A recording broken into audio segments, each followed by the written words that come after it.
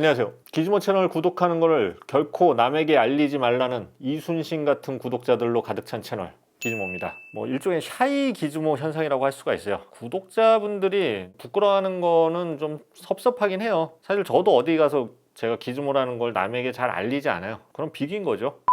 자, 오늘은 낭만의 상징, 낭만의 아이콘, 남자의 로망 프로젝터 리뷰입니다. 모델명은 옵토마의 4K 레이저 프로젝터 옵토마 웨이브 120SK입니다. 자, 낮에도 볼 수 있는 3500 안시루멘의 고광량 밝기를 가졌고요. 240Hz의 고주사율로 부드러운 화면을 보여주는 특징이 있는 그런 프로젝터입니다. 자, 그리고 이거는 단초점 프로젝터예요. 약 1m 거리에서 100인치 화면을 만들어내는 단초점입니다. 초단초점보다는 살짝 더 초점거리가 필요해요. 만약 단초점이 필요 없다면 이번에 이제 함께 출시한 웨이브 130RK라는 모델이 있는데 다른 스펙은 모두 흡사하고 밝기가 조금 더 밝고 4000안시루멘이고 그냥 일반 초점거리 프로젝터입니다. 그래서 천장 설치를 한다면 1300RK가 더 나을 수도 있어요. 자, 최근 4K 레이저 프로젝터가 고화질 프로젝터의 기본 스펙이 돼가고 있는데 레이저 프로젝터들은 일반적으로 빨리 켜지고 빨리 꺼지는 장점, 그리고 명암비가 높고 램프 수명이 좀 오래 간다는 장점 등이 있습니다. 다만 이제 전력 소비가 많을 수밖에 없고요. 가격은 살짝 비싸죠. 특히 이제 전력 소비가 좀 부담이 되는데 가뜩이나 지금 날씨도 덥고 지구에 기후위기가 막 심화되는데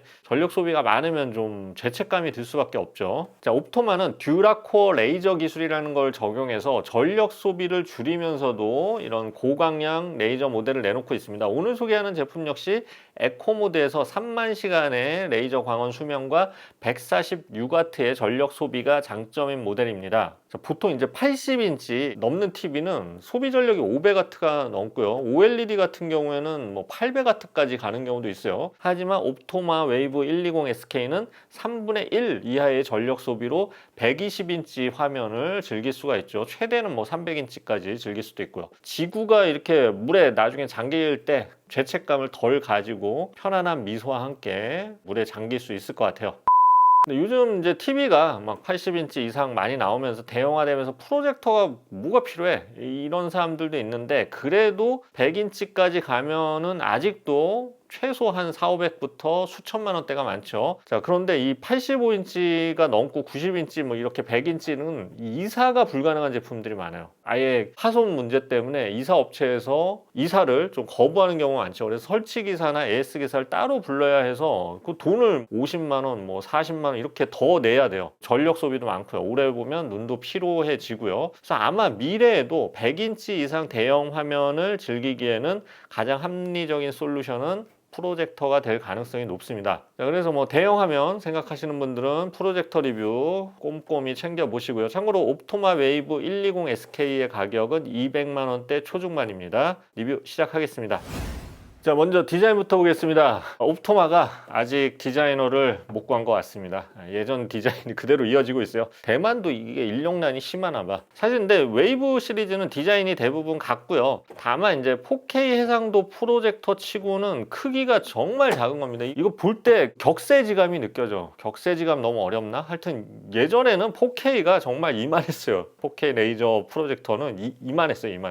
혼자 들기도 힘들었어요. 그런데 이 제품은 가로 사이즈가 약 27cm, 높이는 약 11cm 정도입니다. 크기만 봐서는 그냥 FHD 제품 같은데 일반 LED 광원이나 그런데 4K의 레이저 제품입니다. 옵토마에서 출시된 제품 중에서 가장 컴팩트하고 가벼운 4K 레이저 프로젝터입니다. 무게는 약 3.2kg 정도입니다. 가볍죠. 특히 IP6X 등급의 요 방수 등급이 아니에요. 방진 등급만 있는 거예요. 방진 등급이 있어서 먼지가 많은 환경에서 사용 가능합니다. 자, 이게 휴대용으로 쓰는 건 아니니까 방수보다는 방진이 훨씬 중요하죠. 그래서 24시간 돌려야 하는 환경에서도 아주 잘 작동을 합니다. 자, 앞쪽에 커다란 렌즈가 있고요. 렌즈 캡도 달려 있어요. 렌즈 위에는 포커스를 조절하는 레버가 있습니다. 오토포커스 아닙니다. 렌즈가 상당히 크죠. 자, 이 제품 1m 거리에서 100인치 화면을 만들어내는 단초점 프로젝터입니다. 자, 초단초점하고 서로 장단점이 있는데 초단초점은 150인치 이상 만들 수 있는 제품은 드물지만 대신에 더 벽에 가까이 붙일 수 있는 제품이 많아요. 근데 이런 단초점은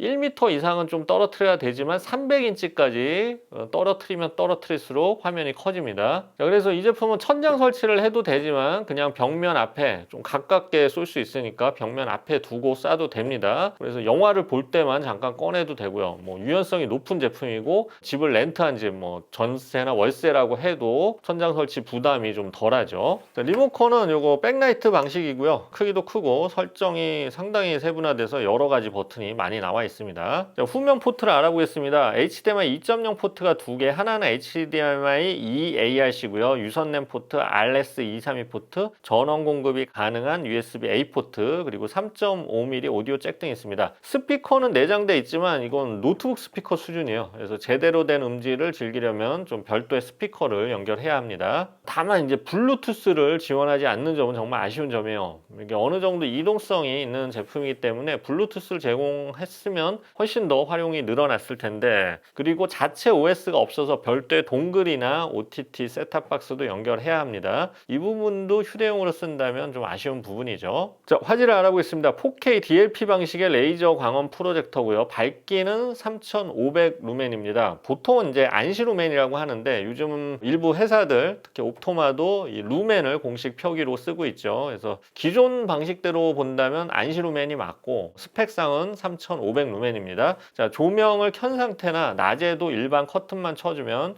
영상 감상이 문제가 없는 굉장히 고용량 밝기죠. 특히 이 모델은 텍사스 인스트루먼트사의 0.65인치 DMD 칩셋을 사용했는데 이거 하이엔드용 칩셋이에요. 그래서 대비가 굉장히 좋아서 훨씬 더 선명한 발색을 보여줍니다. HADR10과 HLG를 모두 지원하고요. 다이내믹 블랙 기능을 쓰면 어두운 곳에서 영상 볼 때 검은색 표현을 굉장히 잘 표현해 줍니다. 자, 명암비는 레이저답게 230만 대 1로 굉장히 높고요. 스펙상이에요. 스펙상은 정말 높아요. 230만 대 1. 이거 뭐 제가 성공할 확률하고 비슷했죠. 어쨌든 검은색 표현이 좀 더 진득해졌고 원색 표현도 좀 또렷해졌습니다. 제가 이제 이번에 영상 감상을 하면서 비교를 해보니까 예전 옵토마 프로젝터들이 화이트 밝기를 좀 높이면서 거기에 좀 중점을 뒀거든요. 그래서 원색의 발색이 좀 약한 편이었는데 이번 모델은 밝기가 3500 루멘이면서도 원색의 발색이 좀 더 개선이 됐습니다. 그래서 다른 프로젝터들하고 비교해 봐도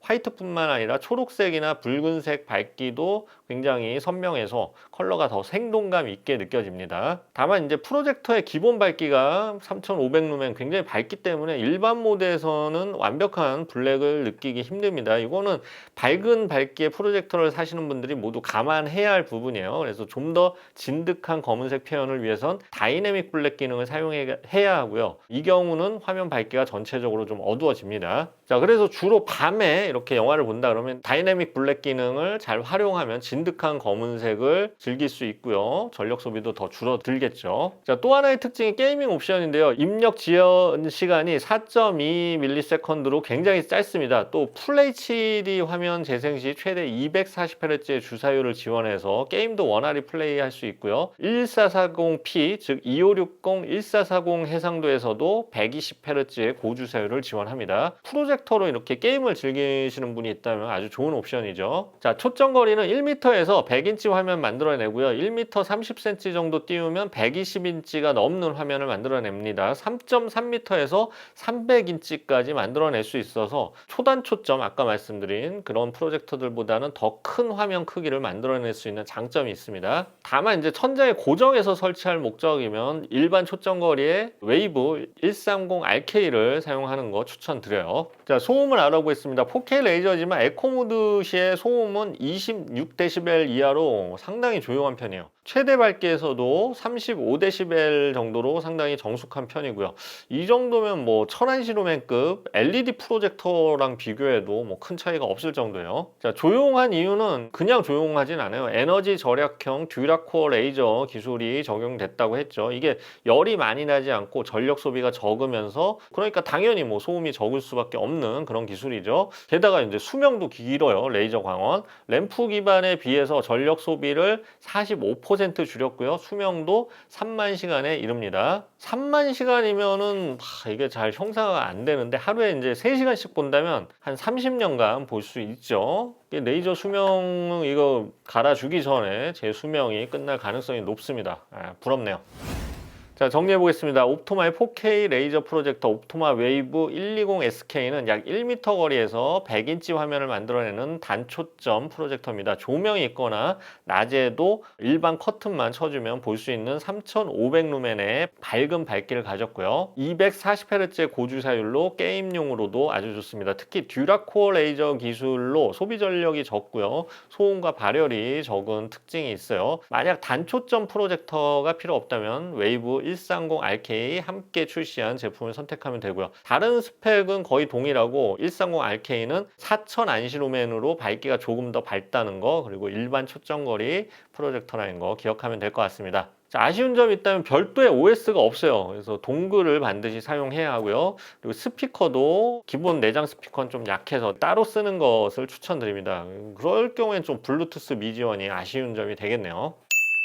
자, 리뷰는 끝났고요. 제가 프로젝터 리뷰를 할 때마다 말씀드리지만 이게 요즘 출생률 저하되고 있는데 이게 다 낭만이 없어서입니다. 없어지고 있어서 그래요. 환하게 불 켜고 각자 자기 방에서 스마트폰으로 넷플릭스랑 유튜브만 보고 있으니까 뭔 일이 생길 수가 없어요. 프로젝터는 이제 불 끄고 같이 이렇게 모여서 함께 영화를 볼 수 있으니까 낭만이 저절로 생길 수밖에 없습니다. 국가 차원에서 딴 데 헛돈 쓰지 말고 집집마다 프로젝터 지급해야 합니다. 스마트폰을 뺐고요. 스마트폰은 정말 최악인 것 같아요. 물론 유튜브도 최악이고요. 지금까지 기즈모였습니다. 감사합니다.